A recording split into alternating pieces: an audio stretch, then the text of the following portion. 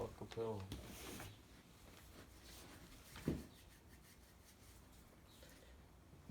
Ready, bro? Yeah, alright, bro. What up, y'all? This is the 28 podcast. You know, we always got special guests. Today we got SYN ZOOM, How y'all 28 doing? affiliate. Yeah. Yeah, we're chopping it up today. We've never had a conversation like this before. Even though we hang out all the time, we haven't really taken the time To like chop it up and like chill and like actually like a genuine conversation. It always be like on some. It's always on some work vibes. It's always on some like music, get together, make a song, or what we're doing for like a show or some shit. You know what I'm saying? It's never just let's hang out, let's talk about life, let's talk about something, let's talk about us type shit. Like even get to know each other. Like we don't even know each other like personally like that. But this is my boy. You know, I'm his boy, and that's all we need to know type shit. So yeah. So how long ago we met, bro? I think we met in 2020. I'm about to say, I think it was late 2020. Yeah, it was late 2020. It was when I was first started making music, and my homeboy, that boy Tony, y'all know who that is. He's a producer. He produced for everybody, but I was going to his studio for one of the first times, and I remember he had my boy J-Mo up in there. Mind you, we wasn't cool at the time. Like I didn't even know who folks was, but Tony was just like, "Oh, he's an artist," and I was just like, "All right, cool." You know, I was a new artist at the time. I was like, "Fuck it, let me just." See what's up to him type shit. So we slid through the studio and shit, it was history ever since. We just kind of linked up. It was vibes. It was cool. And shit, I think we made a song that day, right? Yeah, bro. You actually recorded Crime Scene that day, bro. Did I? And another song. And I came in right when you were finishing those songs up, bro. So I had already heard you. I was like, yeah, that shit is hard. And then like that's what led to Tony playing some beats, and then we hopped on Sippin' On, bro. Yep, I'm pretty sure we made that bitch the day we met, bro. That was the day we met because I think Cruz wasn't already at the studio. Cruz was at his crib, and maybe for the speak on Cruz too much. That's our boy, but it was just really hard to get him in the studio that day. But we got him in the studio, and yeah, we made Sippin' On, bro, and it's a cool record. But I forgot I made Crime Scene that day. I thought that was a completely different studio session. Maybe it was, but I definitely remember hearing it that day. No, I think it was. I was pretty sure you were finishing it up. Wow, that's crazy. Completely forgot about that. But yeah, it was like around a year. It was about, what's it going on? Gonna be like 2 years. It was at this one time, I believe. Because I think it was around October. I think it was around the time that was. Yeah, it was around October when we met in 2020. So it's gonna be around 2 years this year. But bro, yeah, we've been tapped in, bro, for a decent minute, bro. You know? So how did you end up meeting Tony, bro?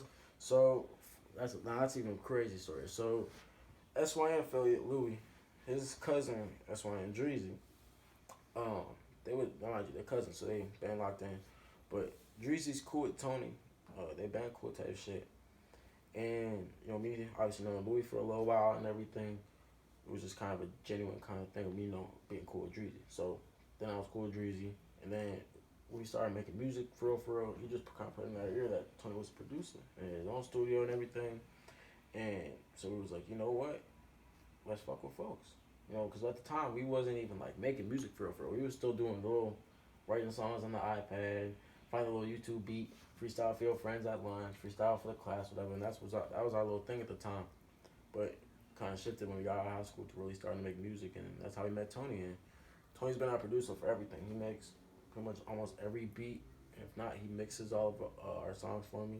He's only not mixed like 2 songs, but everything else is mixed by Tony, bro. So it's been a genuine locking ever since. And I've known Tony around the same time I've known J-Mo. So it's been about damn near 2 years since I've known him too. So I didn't know that you had just started making music around that time, bro. Yeah, no, for real. Yeah, no, it was like, I'm gonna lie, like, yeah, I was like doing like this, like I was doing like little songwriting and shit, but when it came to like being in the studio, I was never even in a studio. But how long were you songwriting for? I was songwriting, I want to say, so like, this is funny.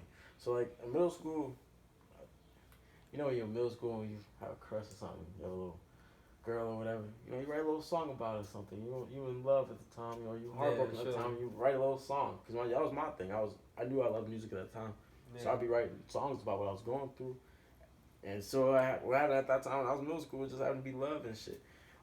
So I want to say it's been about, if you're talking about like in general, it's probably been about good, I want to say 8 years I've been songwriting. But if you're talking about like for actual songs that we've used, like for real songs that I can actually say are songs for real. Yeah. I'd probably say like 5 years. So 5 years I've been songwriting ever since freshman year of high school.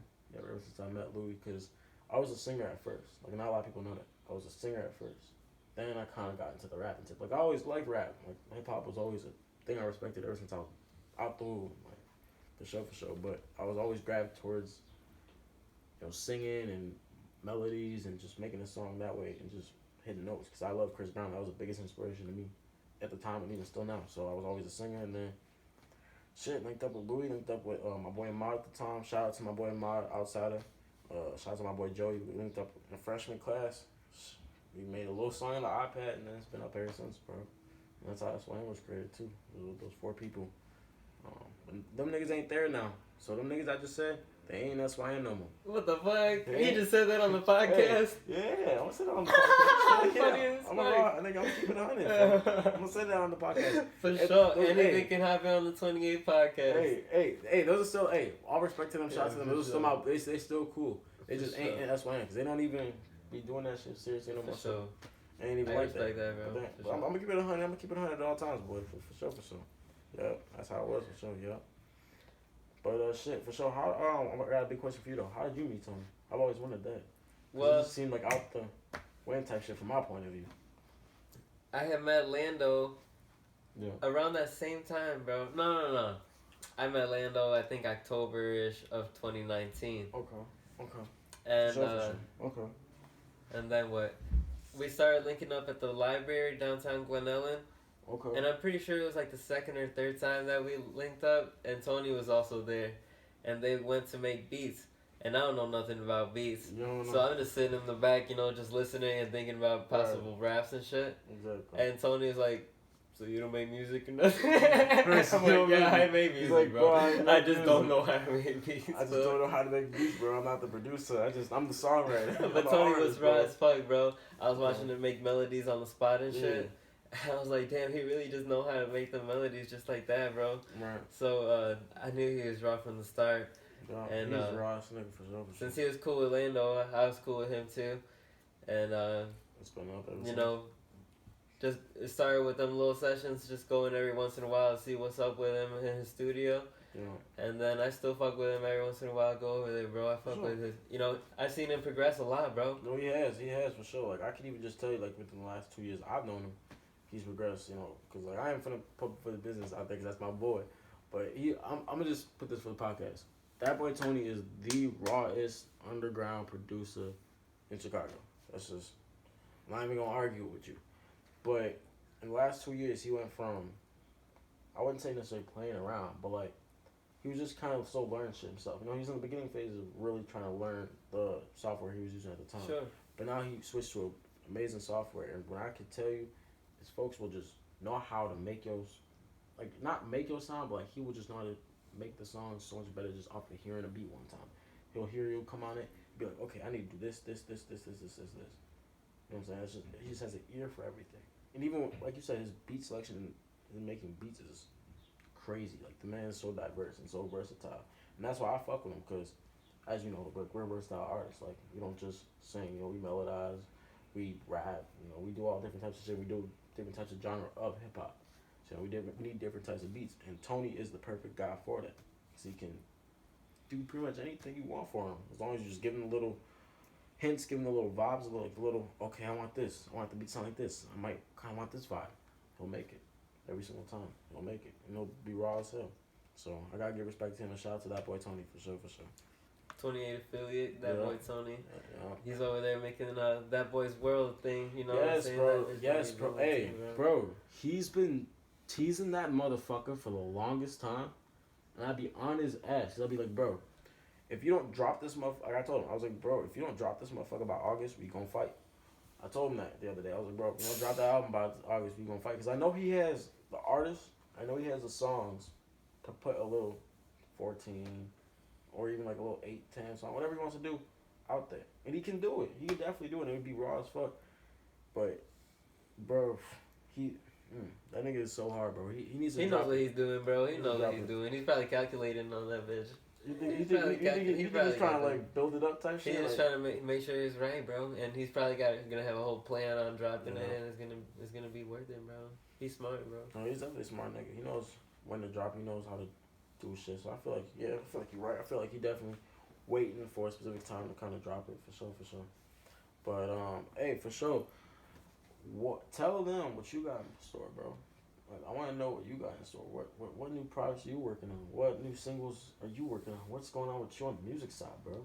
I ain't really gonna talk about that, bro. But I do got projects coming this year.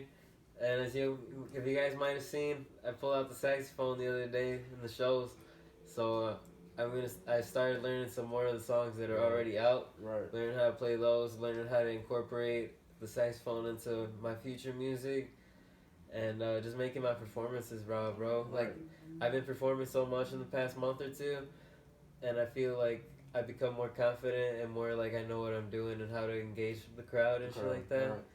And just make it all more beneficial. It be different too. It'd be different, bro. Niggas ain't doing that. Like, you know what I'm saying? You can go to a live band, you can go hear saxophone. If you're gonna try to tell me you can go to a show, you'll have a rapper rap his ass off and then switch to the saxophone, play it, and then go back to rapping. Right, bro. Nobody do that. Who do that shit? Who do y'all know that can do that? I don't know nobody can do that. So, you gotta give yourself a round of applause for that, bro. And I saw a little performance at the Fords where you pulled it out. Man, that was raw. But that wasn't the first performance, was it? I think it was the one in Jersey, was it? Nah, there was a little contest in Chicago that I did, bro, because one of the points, one of the things they were judging on was creativity, bro. So when I heard that, I was like, you know what? I'm going to pull out a saxophone. At that time, I didn't even have a saxophone, bro. Because when I saw... Did you know how to play? Like, I mean, I knew how to play already because I've been played. But I didn't have one. And just because of that contest and because they wanted something creative, and I just told myself, I was like, bro, if I pulled out a saxophone, nobody would fucking do that. And I had been thought about that. I had been thought about it, bro, but I just hadn't actually done it. Yeah. And that day I just decided, fuck it, I'm gonna go. I went straight to the store and got it. Right, bro. And, that's raw, bro. That's raw though. That's different though. You gotta think about it. That's different as hell. That's a talent, bro. To be able to play an instrument and then also use your voice as an instrument as well, bro. Yeah. And incorporate it into your live performances, bro. Come on, bro. And like you said, you might be incorporating into future music too. Yeah, bro. This nigga gonna be playing the saxophone on the beat and then rap. Exactly like that, bro. This nigga too different for y'all, bro.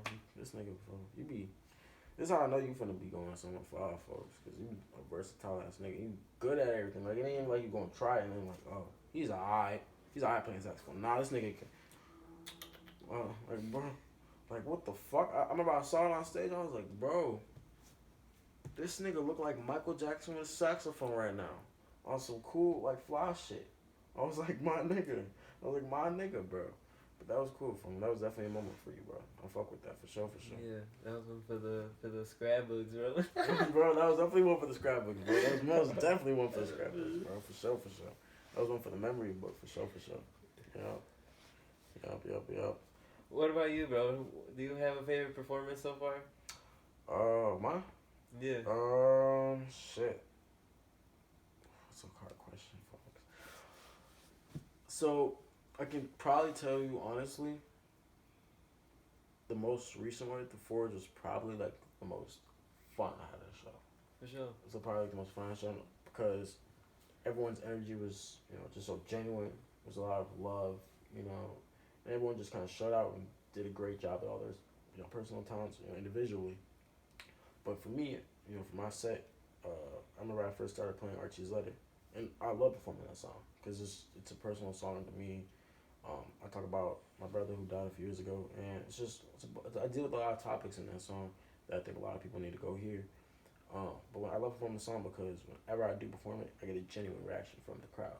It's always, they either know the words, or they're always dancing, vibing, they're always nodding their head and wanting to know what's going to happen next. They're always engaged. I don't ever look in the crowd and be like, okay, this person's getting a drink or something, he's not interested. I don't ever look in the crowd and be like, oh, this nigga's on his phone, he ain't interested. No, everyone's always engaged in what the song's going to be about, and I love that. And even while performing the song, they're all engaged, they're all trying to sing the words. And it's like every single time, by the time I get to the third time I say the hook, everybody's already singing the words. Yeah. Even the people that don't know the song, they'll be singing the hook because they can relate to it. It's catchy, and honestly, it is a vibe. You know what I'm saying?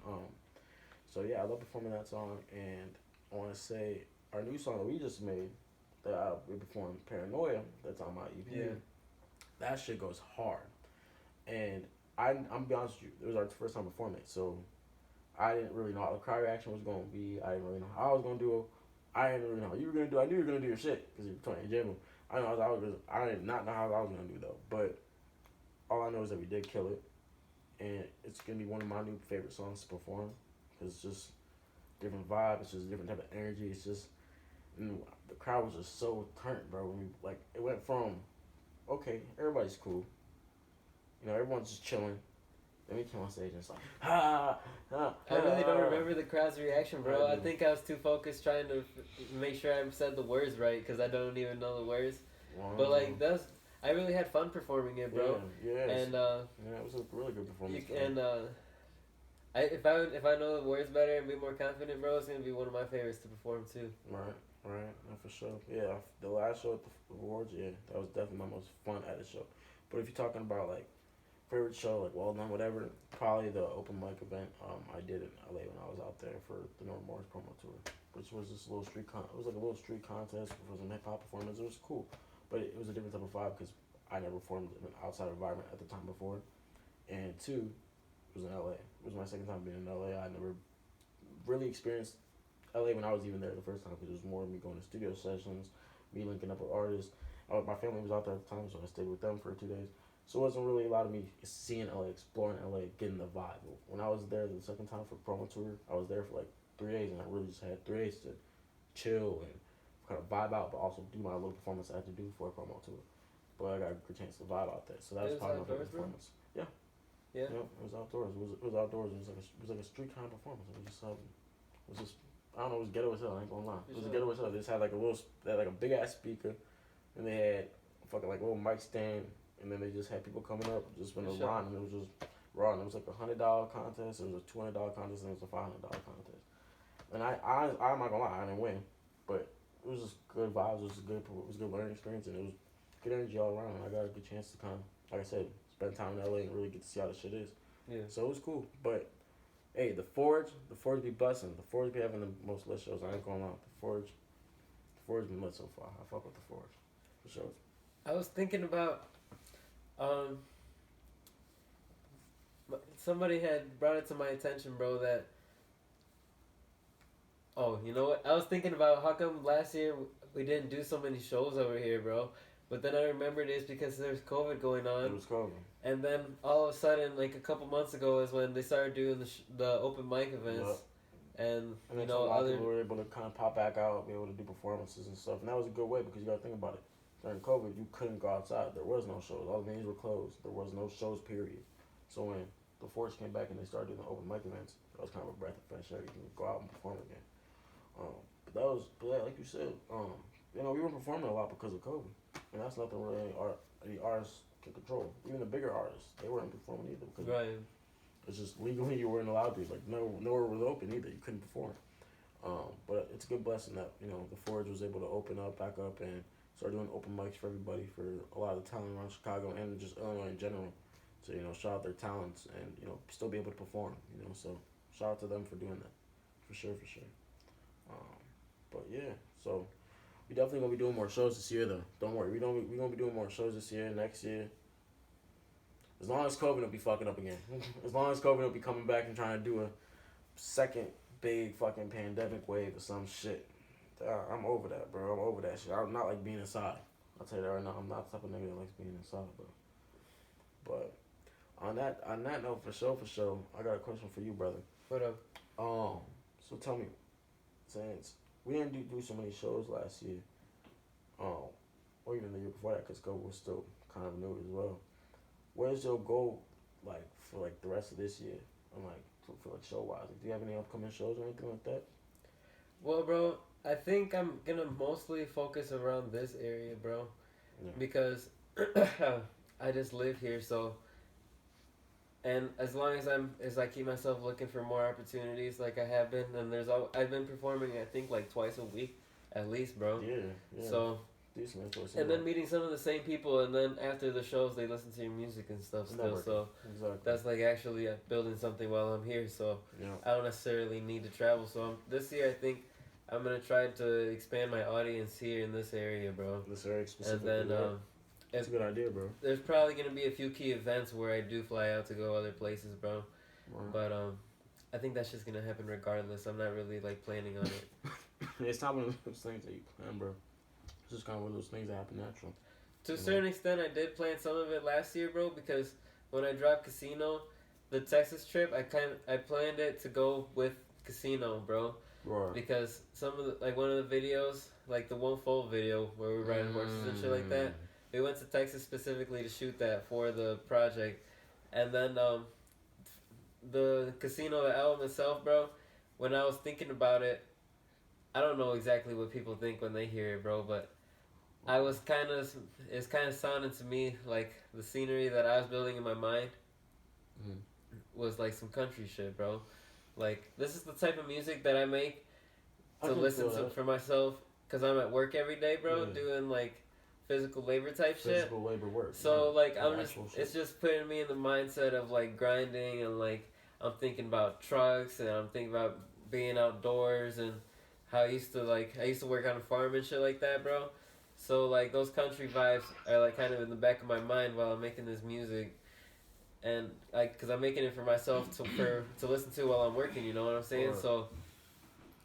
So when I was in Texas, I mean, I also went to Texas for the sake of expanding my audience, bro, because I felt like when I go to shows around here, bro, people tend to, the type of music that I made for that album, I didn't know if it would be like accepted properly here, bro.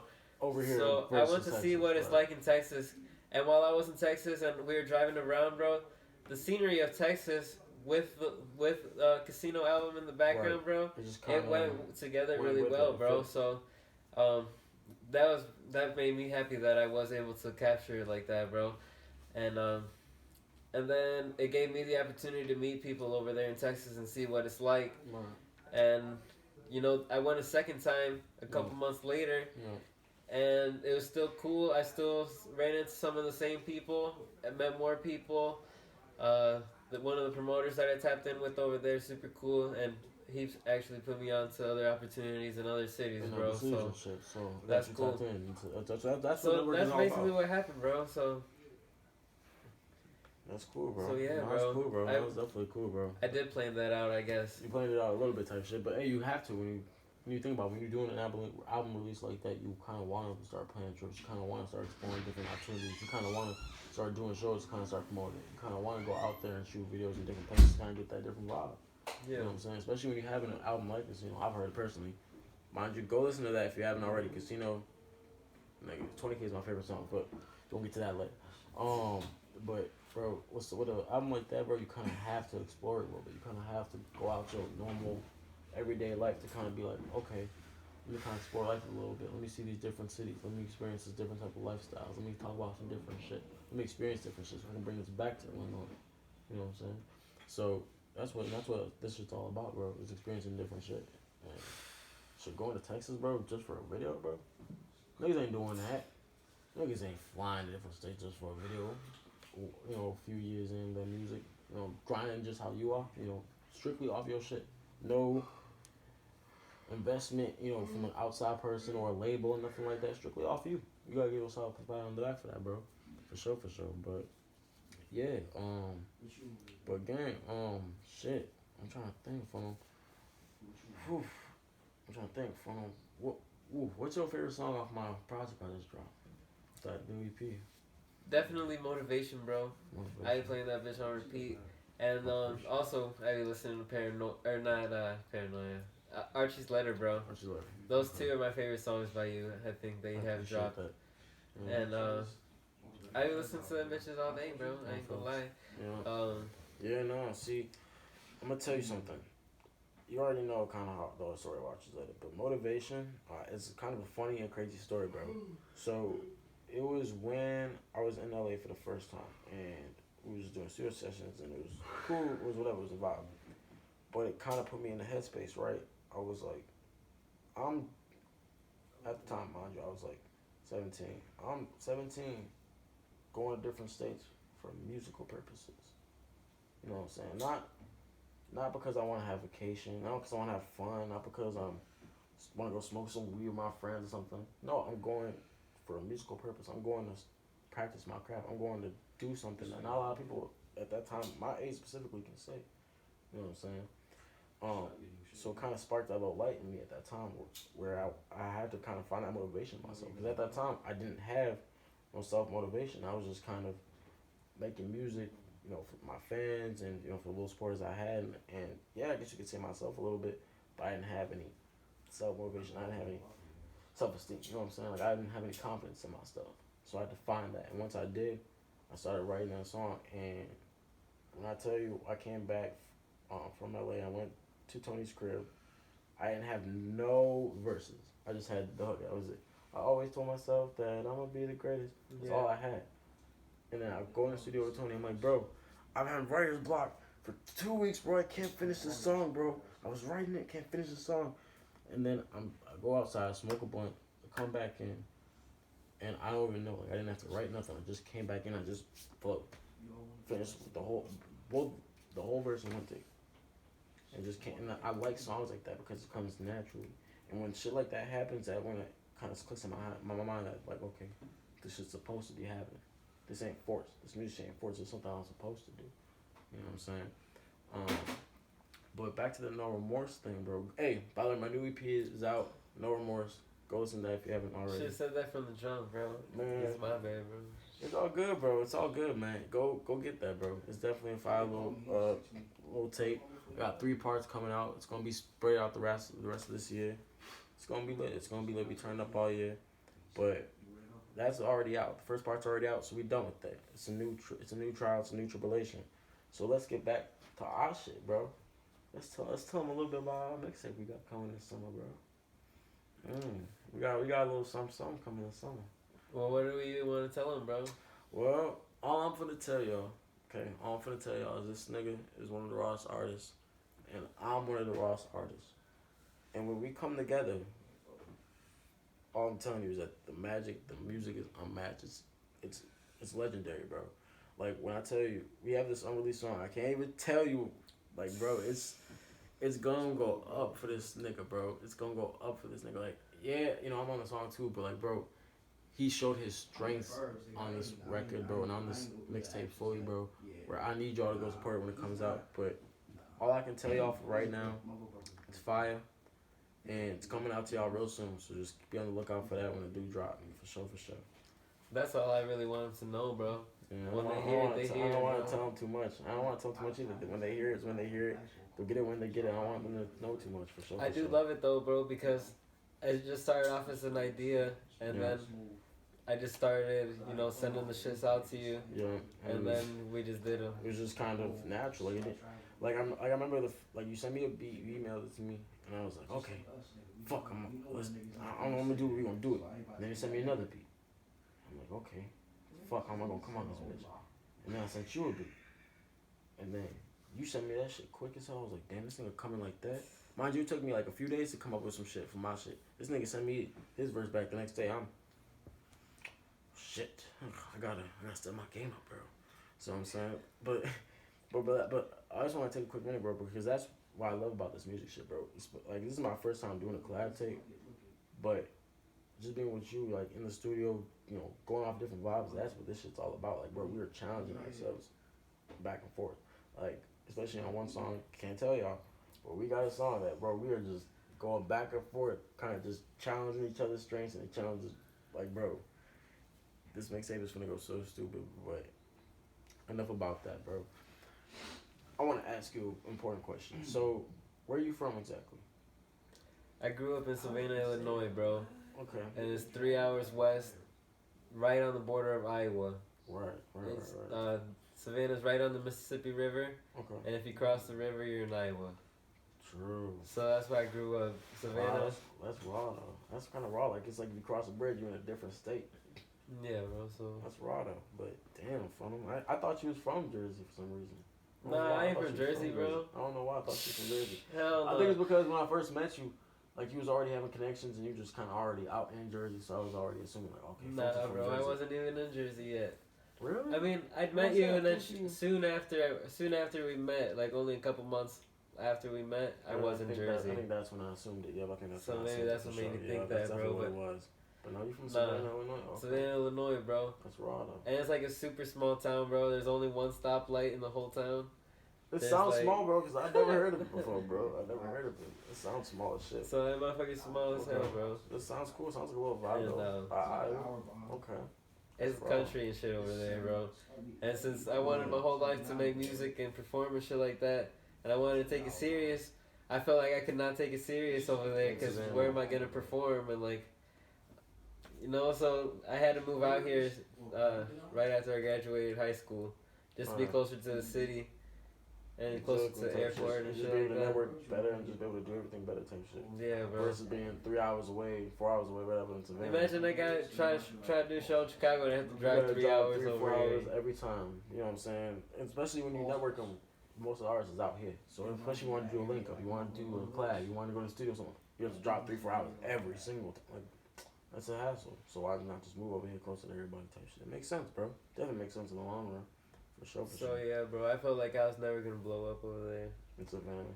Yeah. And it's not like I blow up now or like have major like numbers or nothing like that, bro. But I have gained a lot of experience and a lot of connections and all kinds of shit that I wouldn't have if I wasn't here, bro. So I feel like if I would have still been in Savannah, I damn near might have gave up. Yeah, what folks making a cameo? Fucking Tucci, bro. Tucci the bunny, bro. Get a little ass out of here, boy. That's funny as fuck. Folks. But now I'm feeling no, you definitely gotta get out of that situation if you feel like you can't create that. You know what I'm saying? If you feel like you're in an environment where you can't create and do what you need to do, you need to bounce out that shit, bro. I mean, now when I go back home, bro, I am able to appreciate it because it's really peaceful.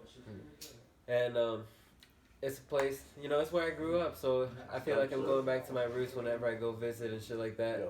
And also the satisfaction of I'm not stuck there. I don't have to live there. I'm there to see my family and to just chill. You know, speaking of family, hey, yo, Flo, come up over here, brother. Hold on real quick.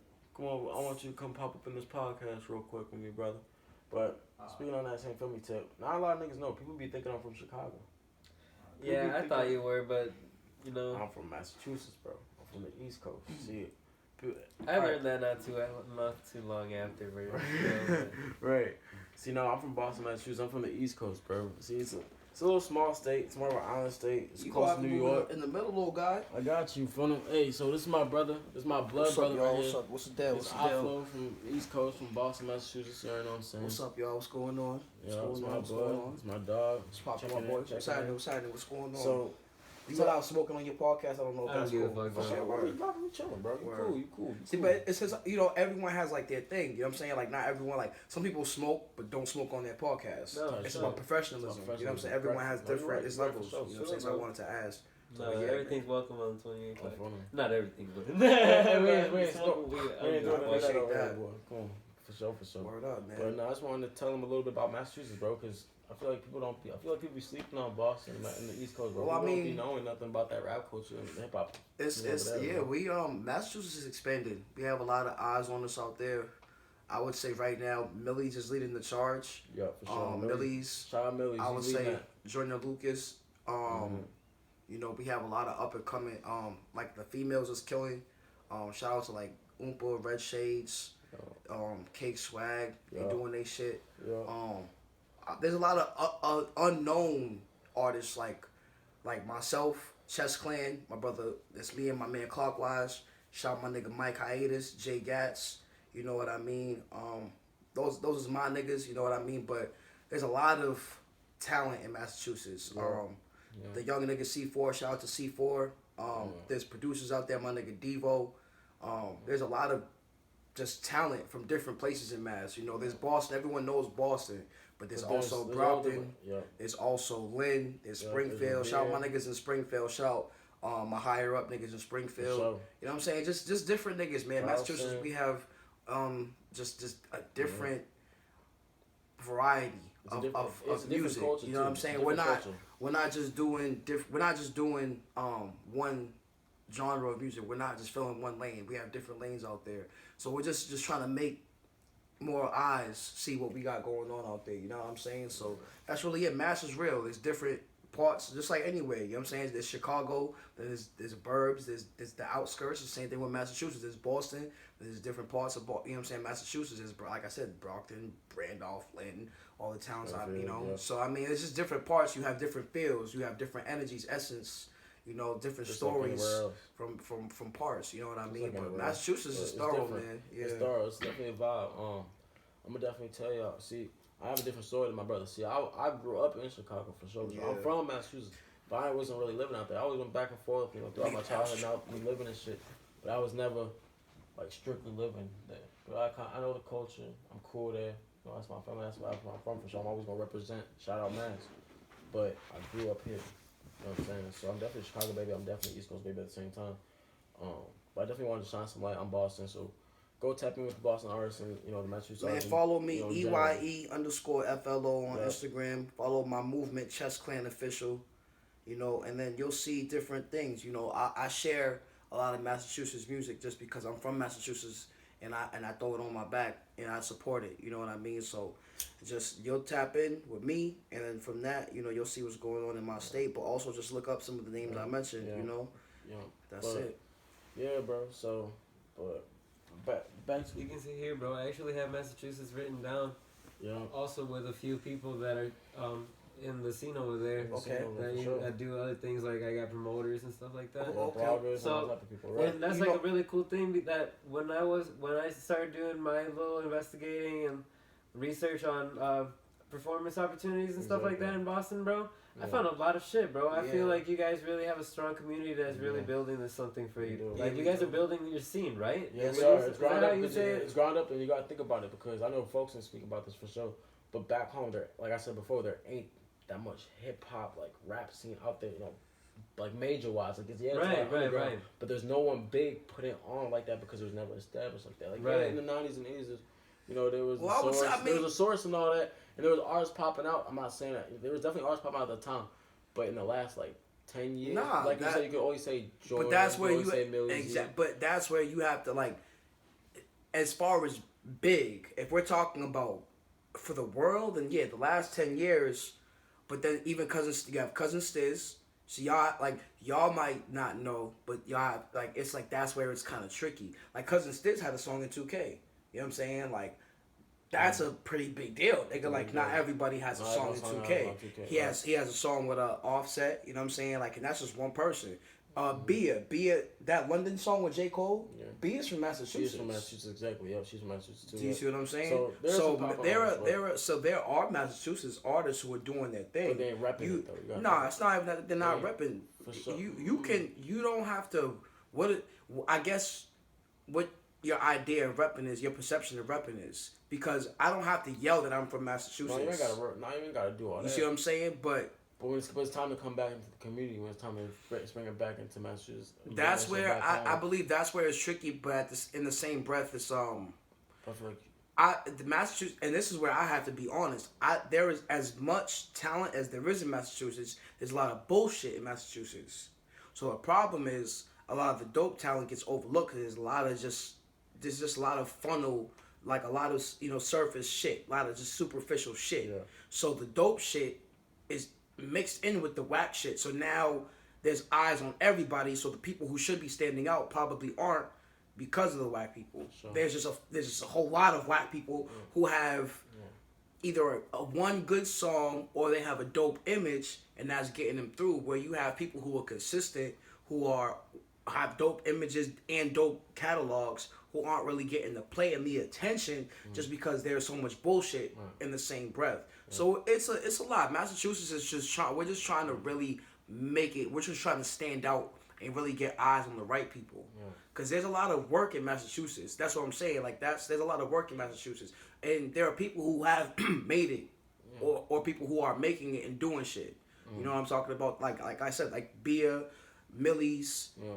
Joyner Lucas, Cousin Stiz. Those are just 4 people who are really doing a lot of shit. Millie's just tapped in with Jadakiss. You know what I'm saying? Like that's a heavy cosign, bro. You know what I'm saying? Like Shout out to Terminology. I think it's from Boston. He has an album with Paul Wall. He's been around for years. Terminology's been around for years, for a long time. See, that's where y'all are younger too. That's another thing. Like you all might not know because of the age you're in. You all like see and that's where it's like I have to like speak on like the difference in generations. Like y'all, if you have to look up history. If you're not really someone who's like big on history or like who just ever had the knack for knowing what came before you, there's a lot of shit you're gonna miss. You know what I'm saying? Like, and it's not even intentional. Not that y'all are doing anything wrong, because it could happen like that. Even in my generation, there's a lot of people who are my age who don't know about like the shit that came before them. They just know about what we grew up on and what's happening now versus knowing what happened before the shit that we grew up on. Where did that come from? Okay, where did that come from? People don't do that shit. So, Massachusetts, man, we got it's some shit. There's some shit cooking. But to shift it kind of from Mass, bro, so I kind of take it back to Chicago for sure. Word. So we gonna talk about this upcoming show we got on Thursday. We got a show at the Forge. Everybody gonna be popping out. A lot of Chicago artists gonna be popping out. SYN, the team's gonna be there. Word. Flow's gonna be there. Yes, sir. All the brothers gonna be there. SYN, all the other SYN teams gonna be there, like Louis and all them. J-Mo, his squad's gonna be J-Mo and his squad's gonna be there. 28 Angels, 28 Angels gonna be in that bitch for sure. Yeah, it's gonna be lit. It's gonna be a little experience for sure. So it's gonna be this Thursday at the Forge. Enjoy it. Go make sure you go fuck with it. Go look up how you can get involved. Make sure you can go get your tickets to make sure you can go fuck with us. But so yeah, gang. So it's gonna be lit on Thursday for sure. I'm excited for that because it's gonna bring a little East Coast flavor to Chicago. You know what I'm saying? Niggas ain't ready, man. Niggas ain't ready for sure. But you know, I just want to leave it on that note to kind of mess with Chicago and let y'all know that we gonna have that little show coming up for sure. But besides that, on future goals, I just wanted to tap in and let y'all know that I do got 6 projects dropping this year, and that is a big deal for me personally because I never thought even as an artist I was even gonna be able to drop one project in the first like 2-3 years I've been making music. But 2 years in, it said I could drop 6 projects in 1 year. For one, I'm not talking no shit, but I'm gonna give myself some. I'm gonna give myself some steam. Not a lot of niggas from Massachusetts, from Chicago, from anywhere can say they dropping 6 projects in 1 year. In 1 year, only doing 2 years of music. Not a lot of people can say that, bro. So I want y'all to go fuck with that when it comes out. There's gonna be a lot of shit. It's a lot of heat this summer. It's gonna be a lot of shit the rest of this year. I got a few songs with my boy coming out. Y'all gonna hear them bitches. Me and him got a lot of shit coming out. Y'all gonna hear that. But it's lit. It's lit this year. 2022, we taking over. Fuck COVID. Fuck COVID. COVID, you need to stay your ass over in China. You need to go chill over wherever the fuck you came from. You need to start coming over here and come fucking with the show money and fucking with the vibes and shit, bro. So that's what's really needed. That's really. They don't take my podcast down, bro. Word. They're gonna take the podcast down. They're gonna take the 28 podcast down. How they gonna do that? How they gonna do that? They can't take the 28 podcast down, boy. They can't do that. Oh shit. See, that's why I'm saying fuck COVID, bro. But hey, y'all go support my man J-Mo, bro. This is one of the most talented artists and talented human beings I've ever met. He's one of the most humble and genuine niggas I know personally. You know what I'm saying? And I'm not even go hype nigga up and say, folks, I've known this nigga since I was in grade school. Like y'all heard, I know this nigga for damn near 2 years. But this nigga's like a older brother to me. Like this nigga's like one of my bros. You know what I'm saying? Like I know if he calls me and he needs something, I'm finna pull up. It's the same exact thing, vice versa. So I just wanted to make sure y'all know this is a genuine artist right here. This is a cool man right here, and he definitely gonna give y'all the best content. He's gonna drop the best music for y'all. He got a lot of shit coming. Same with me though. SYN. We got a lot of shit coming this year. We gonna have shit coming next year. We taking over. We just taking over, bro. It's all gas, man. Doing no breaks. We ain't doing no breaks. I ain't gonna lie. For the first I was still trying to find myself, and I was still figuring out my sound. I was going through personal shit, life shit. Like I said, my brother, one of my closest homies, died at the time. Known him since I was a child. My bro died, so that fucked me up in a way. My cousin died at the time. Shit, I found out one of my other homies died really 2 weeks after that. So it was like a bunch of death. There was a lot of fighting in the family. It was just a lot of personal shit I was just going through as a human. I had to kind of overcome that before I kind of come back to the music shit. You know, take care of that right. But now I'm back. I'm definitely gonna be applying all pressure for the rest of the year. I'm excited. We're doing a lot of shows this year. That's a big thing. Like, I'm excited for shows because, as you know, that first year I wasn't doing no shows because we couldn't do no shows. But now shit's opening back up, and I'm really excited to show crowds what I'm made of and really perform the music that I made, that we made, and I'm excited to build with him. I'm excited to build as SYN as a brand. I'm excited to build as an artist, and shit, we definitely gonna be having a part 2. Definitely having a part 2. I'm just letting that number right now. We are having a part 2. Shit, I ain't gonna tell y'all when, but we having a part 2. For sure. We go ahead and wrap that up. This is SYN Zoom.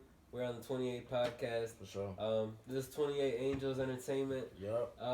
What we do on the 28 Angels platform is really build a community of genuine artists that have genuine love for each other and support each other. And for sure. We talk about real shit. We talk about everything, man. Mental health. We talk about what it's like being an independent artist. We talk about what we believe in and shit like that. Exactly. Fucking. We talk about general. I think the reason I fuck with your podcast is because, like you said, y'all talk about just besides music shit. Y'all talk about life. We talk about things that's really going on in this world. We talk about what it takes to be an artist. We talk about the diversity in being an artist. And I think that's really special with what you're doing because it's not so generic. You know what I mean? And real quick, I just want to shout out the Misfits. It's an upcoming group coming out of Illinois. We got a lot of raw artists on the raw. I cannot talk. We got a lot of raw artists on the roster, and we all coming with heat. It's building up this year. We got a lot of shit coming this year. We getting busy. SYN getting busy. Misfits is getting busy. 28 Angels, they getting busy. My man Flo, he gonna be getting busy rest of the year. Go check in with him. And yeah, that's pretty much it, guys. SYN Zoom, checking out. I fuck with y'all. Thank you for having me on your podcast, bro. Nothing but love. And yeah, bro, just stay tuned for more music coming out the rest of the year and just fuck with us, bro, for sure. Alright, y'all, be smooth. Make sure you subscribe and shit to the channel. Like the video, comment. Let us know what y'all like about it, man. All that. Alright, till next time. Peace.